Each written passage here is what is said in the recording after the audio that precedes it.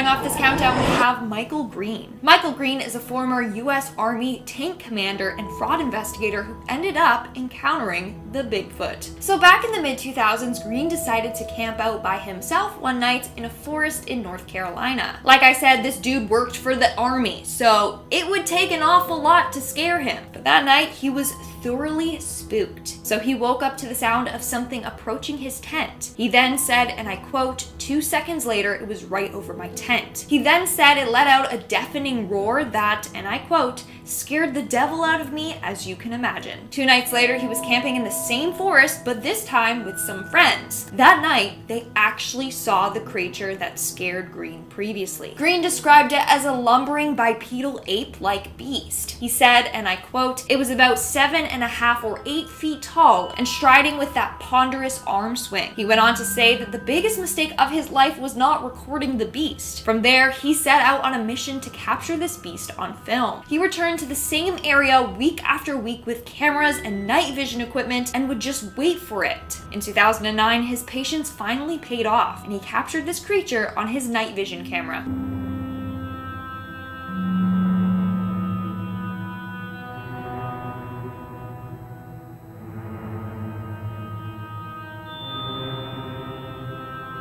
Coming in at number 4, we have The Cabin on the Lake. This story was shared by a Reddit user on a post talking about real-life encounters with cryptids. According to him, his story takes place a couple of years ago when he was visiting his family's cabin. At this time, the cabin was in a pretty remote area. It wasn't until later on when it started to become more heavily developed. Anyways, one day they decided to go for a picnic in their usual spot. Their picnic spot was at the edge of a very steep hill. At the bottom of the hill was a field that would eventually merge with a large forest. So they were all sitting around and eating their food when they heard a really loud banging coming from the bottom of the hill. So his dad got up and went to investigate. When he did, he saw a massive creature standing on 2 feet, taking large logs and throwing them over his head. The logs were then hitting the tree trunks, which is what was making that loud noise. His mom went over to see and she witnessed this creature as well. So they all packed up and got out there as fast as possible. That's not all though. About 4 years ago, they were having Christmas with his aunt, who would also stay at a cabin in the same area. They were all sharing memories from up there, and that's when his aunt was all like, yo, I have the wildest story. She talked about the time she was picking berries to make jam. That's when she saw this weird creature in the distance. She thought it was a bear until it stood up on 2 legs and started walking into the woods. Not only that, but after hearing his aunt's story, he decided to do some research and found that there were tons of similar sightings in that area. So could it be that the Bigfoot lives by this dude's cottage? In our 3rd spot today, we have the 911 call. Back in 1996, in Kitsap Peninsula in Washington State, the police received a very eerie call for help in the middle of the night. The call was made from a man who claims a strange tall beast was in his yard. The man starts off pretty calm on the phone, but when he realizes that what he is seeing might just be the Bigfoot, he becomes increasingly panicked. In fact, the call was saved and posted online, so I'll share some segments of it. 911, what are you reporting? With someone or something crawling around out here. Do you see what person or an animal or? I can't tell. All I know is my sensor light came on and I just happened to glimpse and see this thing running across the yard. A good-sized man, or something that looks like a man. I don't know what it was, just that it ran across the yard. So according to the man, he was alerted when the sensor light in his backyard came on and he could see what looked like a creature or a man. He couldn't tell. The man then goes on to explain that his dog was recently killed, which is why he's more on edge, because this creature could be the beast that killed his dog. Then the man starts to panic. He realizes just how big this thing is. He's right. Is he in your yard, sir? Yeah, God, he's big. Okay, what's he in your yard? He's looking big. The guy is on foot. I don't know what, he's big, real big person. That's all I can say. Okay, it is a person. Yeah, it was a person, somebody really big. When the police arrived, the beast had already left. so unfortunately they didn't get to witness it themselves. But a week later, his neighbor also had a similar encounter. They described a big, tall man in all black or covered in black fur lurking in their backyard. Fortunately, this time the police managed to capture a photo of it, but they never released it to the public to see. Moving on to number 2 today, we have the Midnight Bigfoot Man. On April 24th, 2018, a 24-year-old woman who wanted her identity kept a secret had just left a 24-hour gym around midnight. She was headed to her car in the vacant parking lot when she heard a twig snap. She turned around and saw an 8-foot-tall creature covered in gray fur. When she looked at the beast, it turned around and ran right back into the woods. Now, she described this thing as being massive. Not only was it super tall, but she claims it was several hundreds of pounds. But despite its size, it moved very quickly. Shook, she immediately called her parents and they came to get her. Not long after, nationally acclaimed Bigfoot investigator Matthew Moneymaker got wind of her story. He interviewed the woman and then decided to investigate the area himself. From his investigation, he found a number of deer tracks in the area. So he believed that the Bigfoot was following a deer up the path, and when he saw the woman, he got scared and fled. He continued on saying, and I quote, "In Ashland, there are only 3 possibilities. Either the witness is lying, which I am sure she is not, or she saw someone in a Bigfoot costume, which makes no sense. Ordinarily, in a hoax, the person reporting the sighting or taking the photos is in on the scam. Or she saw a real Bigfoot, which I believe is the case here." After a while of doing these kinds of investigations, you get pretty good at knowing when someone is telling the truth. And he believes that this woman was genuinely telling the truth. He could see how shaken up she was, and she didn't want her name attached to the story, so it's not like she was seeking fame. So what did she have to gain here? Based on these facts and others, he believes that this woman is telling the truth and did encounter a real Bigfoot. And in our number 1 spot today, we have the Russian Bigfoot. So the Bigfoot is said to mainly live in the wooded and remote areas in Canada and in some areas in the US. But this next encounter is in Russia. So this might just prove that there are Bigfoots living all over the world. And someone let me know, what's the plural of Bigfoot? Is it big feet? Is it Bigfoots? Let me know in the comments below. So back in 2016, a family was driving down a rural road when they caught sight of this weird black creature in the distance. The son in the backseat started recording it, and I guess Bigfoot didn't like that because it began to chase the car. Сейчас стой вот так отсюда. Он скрылся. Unfortunately, I don't speak Russian, but someone did translate the video, and in that section we just saw, the mom is making sure that her son is recording. They believe that they finally lost the Bigfoot, so they slow down, only for it to emerge in the distance again. Не подходи.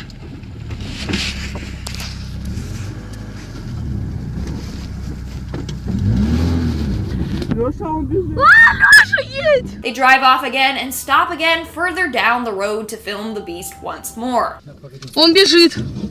Лёша, кто закрыл? Он идет.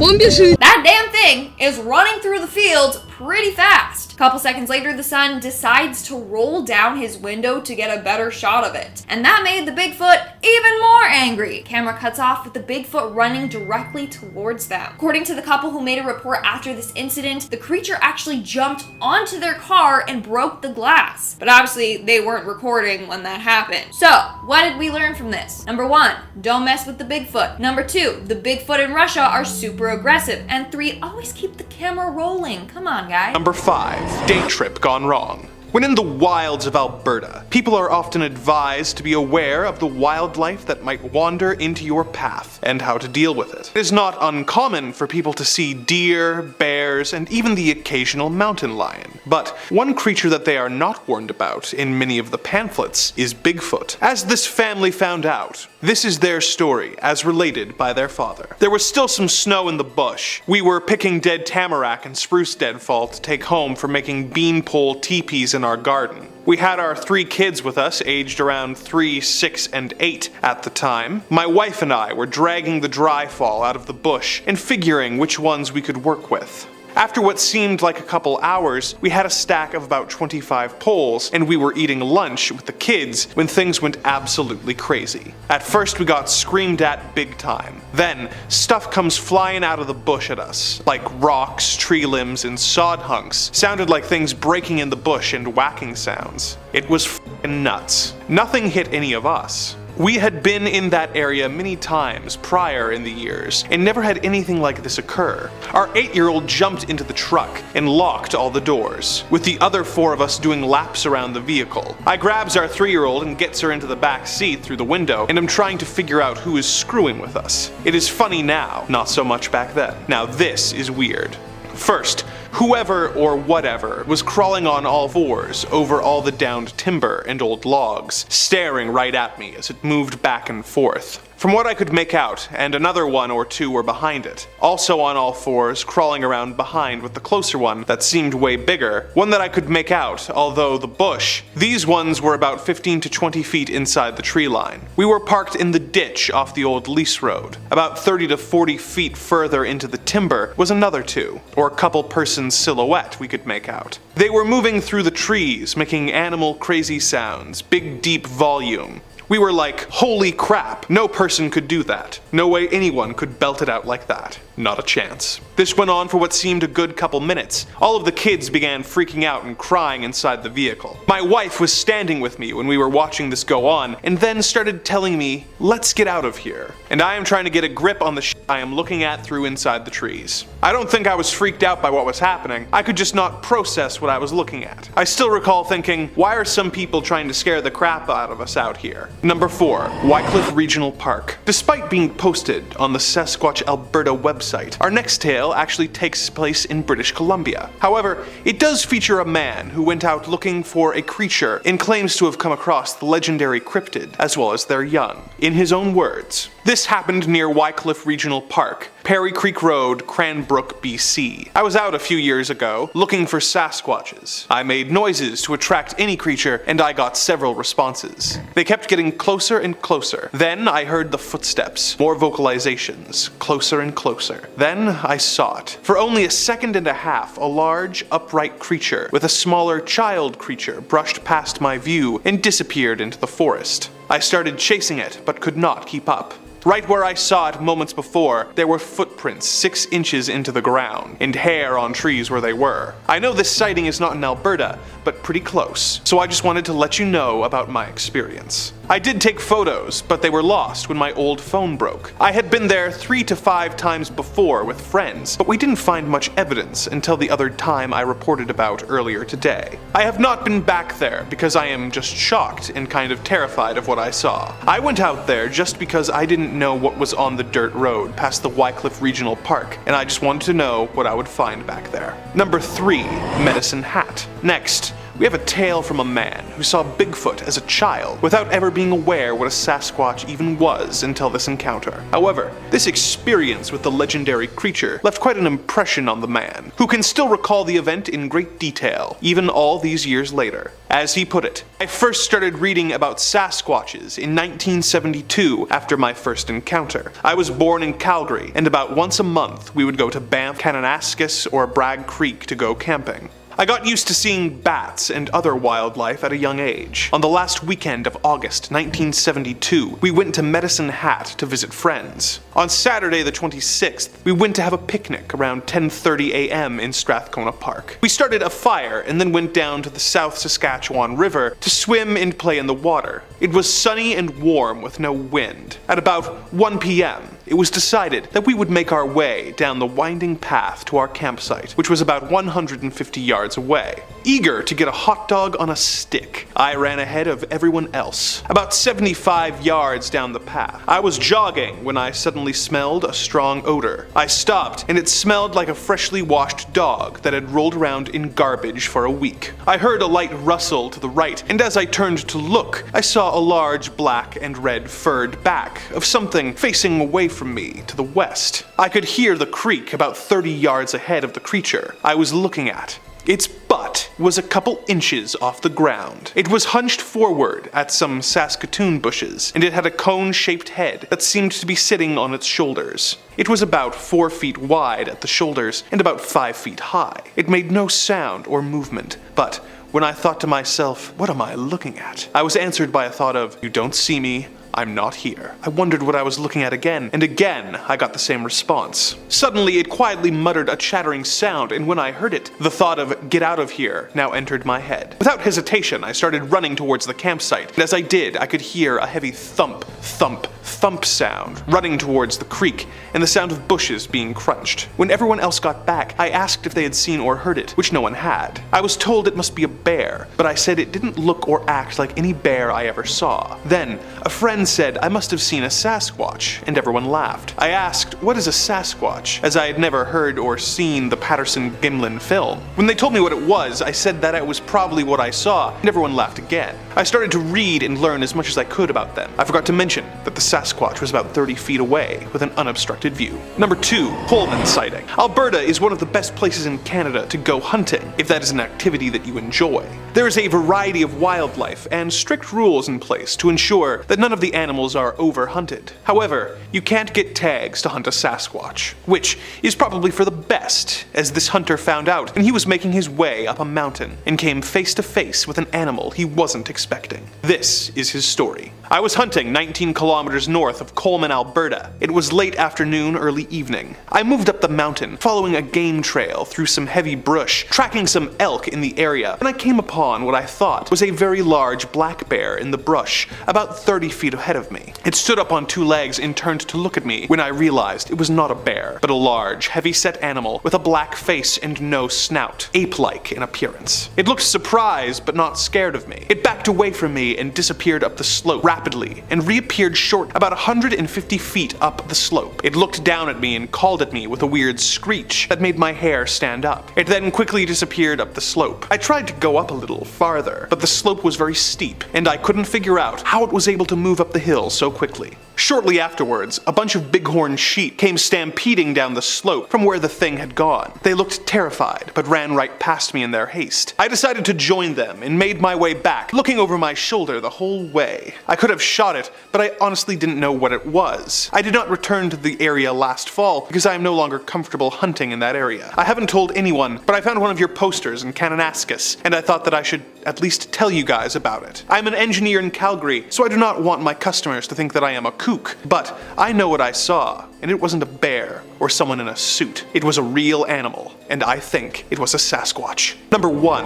A log driver's waltz. When driving on the roads, it is important to pay attention so you can avoid objects that are thrown at your vehicle, whether it be garbage, rocks, or even giant logs being thrown at you by a cryptid, as this motorist learned in our next story. Driving north on the existing right-of-way, off to the right and part way up the mountainside was a staging area for logs, pre-cut to length and stacked, awaiting pickup. The beginning of the slope uphill was approximately 100 feet from our truck. The logs were staged about 200 feet up the mountainside. Keeping in mind that as you look up the mountainside, the staged logs become further away from the truck, left of center. These logs weren't overly large in diameter, but I would estimate them at 8 to 12 inches. The vehicle was traveling at roughly 15 kilometers an hour. The weather was slightly overcast with a light mist of rain. Out of the corner of my eye, I saw a log descending from the staging area to my right and being propelled towards us and the truck, passing through the air in front of us and landing off to the left, only feet from us as we passed by. The log appeared to be launched as opposed to falling off the stack. It would be impossible to fly through the air in the distance it did without some momentum behind it. At this point, I accelerated and removed myself as quickly as possible from the area. Not knowing if this is a hot spot for sightings or not, most likely this just becomes another story without verification. I cannot state that this would be a Sasquatch or Bigfoot incident, but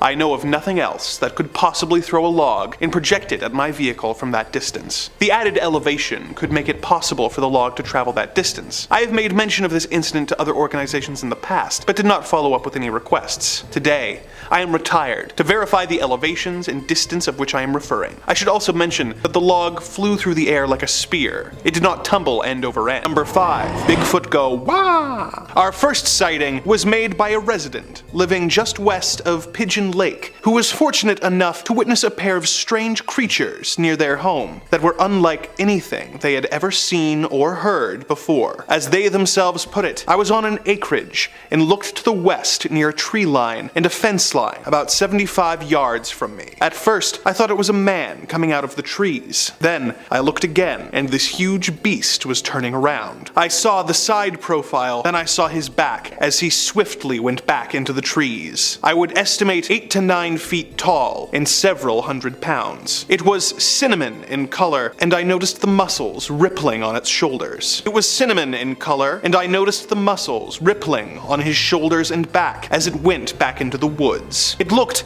like it did not have a neck. I also thought I had noticed another one crouched down not far from the big one. About 15 minutes earlier to this, I was in another part of the yard and had heard a wah, wah, then a tree knock, but really didn't attribute these sounds to anything until I saw the Bigfoot 15 minutes later. Were these creatures members of the infamous Bigfoot family? And were the strange noises the witness heard earlier made by the creature? We may never know for sure. Number 4, a family sighting. Our next sighting comes from a man who was playing with his siblings when he was a child and saw the creature making its way through the woods. Considering what he saw, he relates a pretty chill story. As he put it, in 1980, our family lived in Morley, Alberta, close to the bridge and the school. We played all throughout that area on motorbikes, making forts in the woods and exploring near the banks of the Elbow River. My older brother was 14 years old, and my sister was about 18 years old. I was only 10 years old. I remember watching a tall, big figure traverse the foothill behind what is now the community school. What struck me at first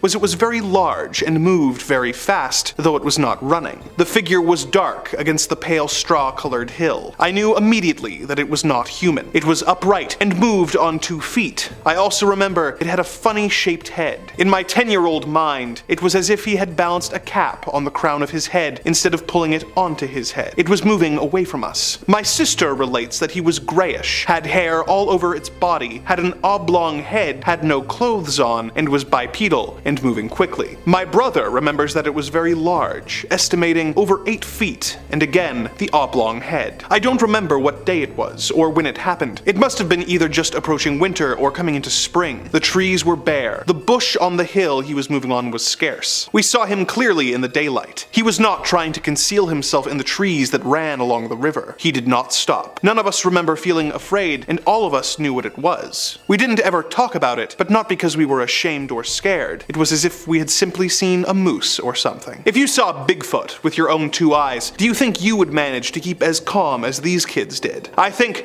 it would depend on how close the creature was, and whether or not it looked hungry. Number 3, off-roading in the company truck. Our next story features a group of blue-collar Berta boys who were driving one night and saw a sasquatch and chose to respond in the most Burton way possible. I must warn you, this story is extremely Canadian. It was the winter of 1992. I was 19 at the time and had been working the last year and a half doing seismic work all through Alberta, British Columbia, and southern Saskatchewan. We just got back to work from Christmas holidays, and we're not working between Valley View and Fox Creek. We were just driving into the staging area one morning. It was snowing like crazy, snowflakes the size of loonies. By the way, for our American audience who are unsure, a loony is this big. Anyways, I was driving the truck at the end of the caravan. It had been snowing so hard all night, and the snow had piled up on the spruce trees, looking like walls along the tree lines. So, we were driving down a cut line to the staging area, and I had come out of the bush into a clearing. From the corner of my right eye, I seen a huge black object about 600 yards moving on the edge of the tree line, and then drop out of sight. I instantly pushed my clutch, and pointing to the trees, I tell the other 3 guys in my truck, watch! About 15 seconds later, a huge black Sasquatch stood up from below the snow line and walks 5 to 6 steps and drops down again. The 3 guys with me suddenly all yell out, "What the f?" And I throw my shift to first gear, cranking the wheels to the right, and hammered it. I was plodding through the deep snow and got about halfway when it stands up quickly, looking right at us, and launches itself into the thick spruce trees. You could clearly see its silhouette left behind as it knocked the snow from the trees. Just then, my radio goes off, and it's my operator flipping out, asking me what the hell I was doing out there with a new company truck. When we got back to him, he asked me again, so I told him what I had seen. He asked the 3 other guys, and they all said he seen something huge and black and drove over it. We're not sure what it it was looked like a huge moose. That night in the hotel, the three of them come to my room and wanted to talk about it, and I told them to go away because the time to talk about it had passed and they almost got me fired for chasing a moose. They all got super apologetic and said to me, "You grow up your whole life thinking it's a story and a myth, and it's right there in front of you. Nobody's going to believe you." I replied that people would believe it a lot more if 4 guys say this is what we seen, not one saying this is what we seen and 3 others lying to themselves. An interesting story to be sure, and frankly, a typically Albertan response to seeing a mythical creature. Number 2, a hunter's encounter. Our next story is the first one where the subjects seem in any danger from the creature, so I imagine it was quite a terrifying experience. As the encounter was reported on albertasasquatch.com, witness was driving down a logging road, bear hunting with his wife and children at approximately 9:30 p.m. when they spotted what appeared to be the rear end of a bear entering the left-hand side of a cut line for a power line they were driving by. The witness exited the vehicle and walked down the cut line approximately 50 yards to where the animal had entered the bush line. When he arrived on the right-hand side of the cut line, poplar trees of 6 to 8 inch diameter began to shake violently. The witness described it as an explosion of movement in the bush next to him. Immediately, he saw 2 very large hands start to part the trees and bushes with fingers approximately just smaller than a Red Bull can in diameter and approximately the length of his entire hand. The witness was face to face with an animal they can only describe as a sasquatch. Despite being uphill from where it was standing, the witness could see the forehead and nose well, however the mouth was obscured by bush. The witness described the head to be the width of a basketball, with golf ball size eyes, a large pronounced brow ridge, a large forehead with little hair, a flattened nose with nostrils the size of 2 thumbs side by side,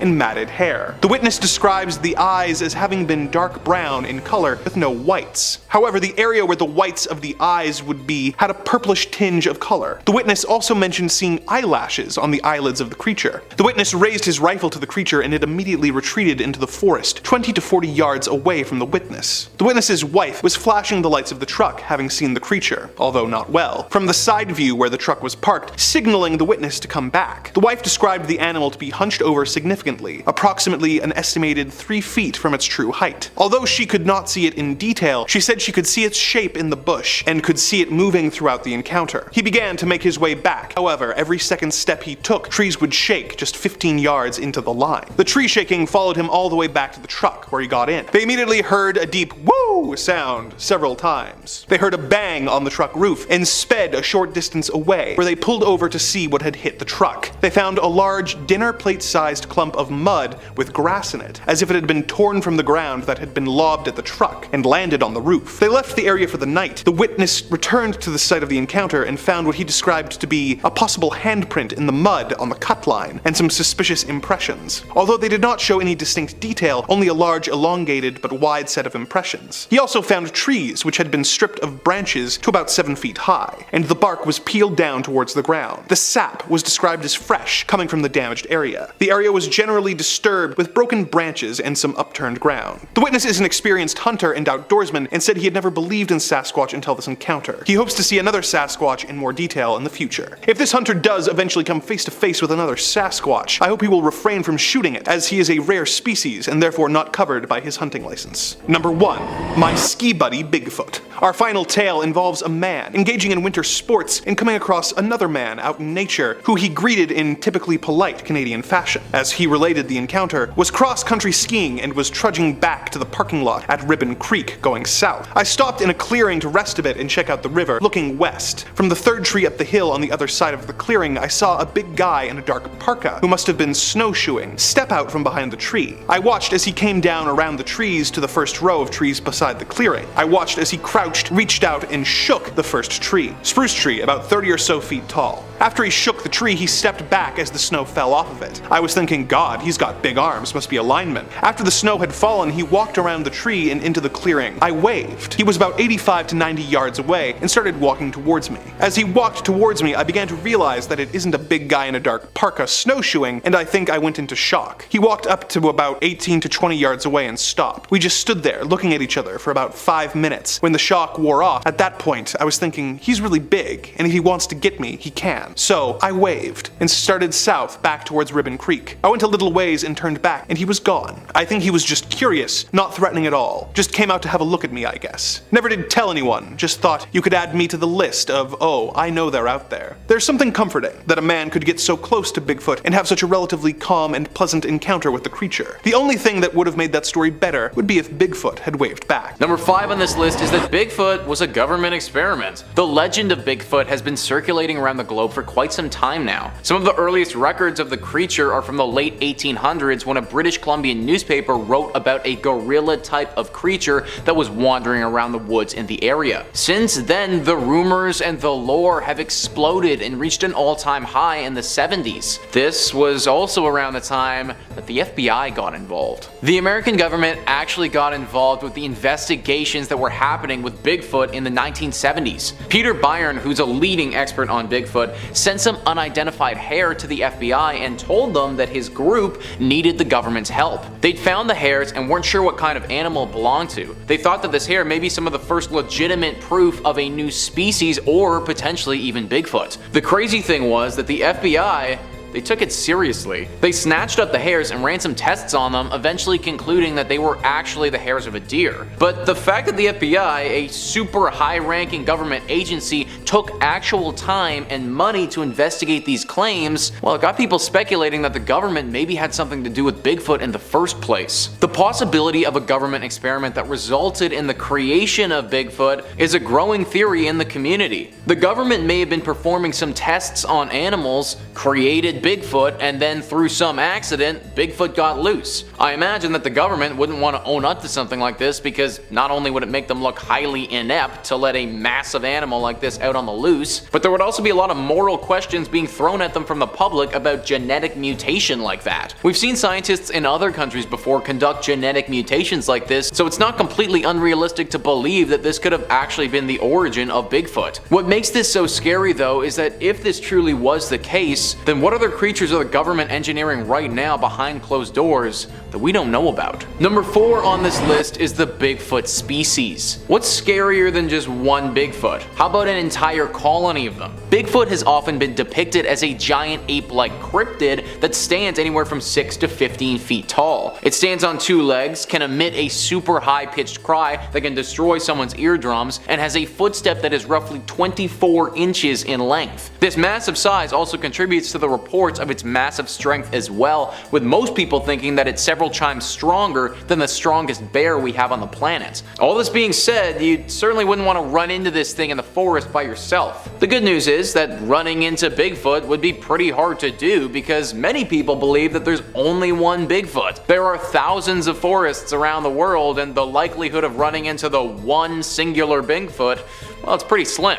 However, your odds increase dramatically if, well, there's actually a collection of these creatures. Assuming that Bigfoot wasn't a one-off government experiment, then it's pretty ridiculous for us to assume that there's only one of these creatures. Bigfoot would be a totally new species that we've never seen before, and to even get to this point of evolution, there would have needed to be more of them along the way. It should also be noted that there have been sightings of this beast in the forests of British Columbia and California, but then also a bunch of sightings in places like Maine and Ohio. Maine and Ohio are pretty far from British Columbia and California, and unless this singular Bigfoot is the most athletic creature on the planet, it doesn't make a whole lot of sense that it would regularly be running back and forth between these two places. What's far more likely is that there are several Bigfoot families in these regions. That potentially there's 1 or 2 families of the species in the west and a few in the east as well. That would still fit into the narrative of sightings being very rare, but would make a lot more sense than the singular Sasquatch. Geez, try saying that 5 times fast, guys. Singular Sasquatch, it's tough.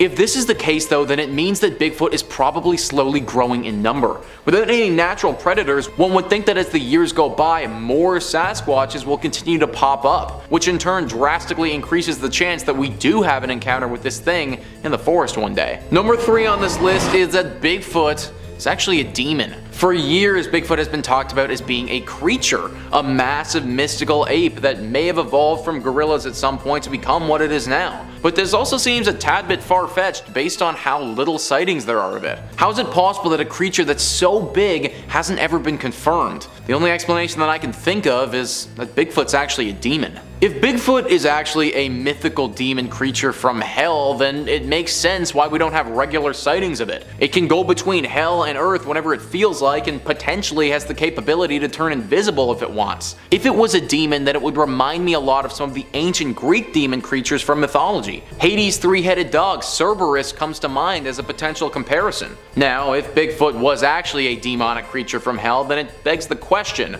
what is it doing here? Well, we may never know that. Sometimes devilish creatures just come to Earth for the sake of coming to Earth. For instance, there's an area called the Devil's Tramping Grounds in North Carolina where it's believed that the devil comes often and dances there. It's possible that Bigfoot does something similar in the forests of North America. It's also possible, however, that Bigfoot is up to some demonic mission. Potentially it's tasked with having individuals go missing in the forest and bringing them back to hell. Or maybe it's just the keeper of these woods and haunts them like a ghost would a house. Whatever the case is, I actually much prefer the idea that Bigfoot is just a big ape that has evolved. The second that we start throwing in the idea of a demon, he gets way more dangerous in my opinion. Number 2 on this list is the Bigfoot curse. We've talked already in this video about how Bigfoot could have been an experiment done by the government or maybe just a product of evolution, but what if there's an actual curse that's going on here? Some of the First Nations who were around during the beginning of the Bigfoot legend believed that Bigfoot was actually a man that had been turned into this hunking hairy beast and had been given special powers and abilities. These powers and abilities though were at the cost of his human appearance, memories, and ability to communicate with our species in general. They worried that this curse could be passed on, and that if you didn't respect the forest, that this curse may find you next. This curse legend also sort of started the association with Bigfoot and environmental care. For a while there, Bigfoot was portrayed as an evil creature lurking around the woods, ready to pounce on unsuspecting victims. But in the 80s, the narrative changed a little bit. Bigfoot could potentially be the guardian of the forest and someone who's here to remind us that we need to protect our environment. This urban legend takes that a step further and says that this creature was actually once a person. Maybe this person who was cursed to be Bigfoot didn't care enough about our forests, and now they're cursed to forever be this giant beast and to live in the woods alone. This would be to show someone what it's like to have this forest be your home. I like the idea behind this curse. I think all of us should be a little bit more environmentally conscious. However, it's kind of scary to think that I could turn into Bigfoot and live alone, misunderstood in the woods for the rest of my life. Probably not the coolest existence, to be honest. Number 1 on this list is the Bigfoot Omen. Seeing Bigfoot is something that only a handful of people have ever done in their lives.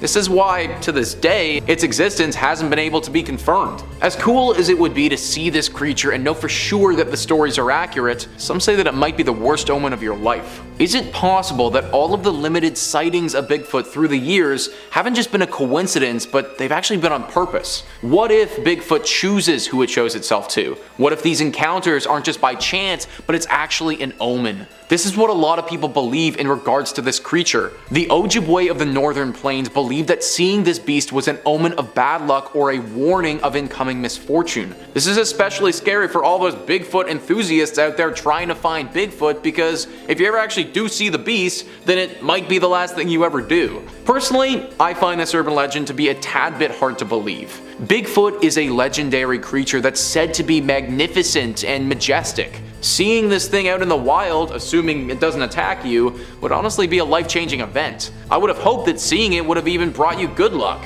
Fingers crossed that my version of events is the right one, and seeing this creature isn't an indicator of an unavoidable morbid future.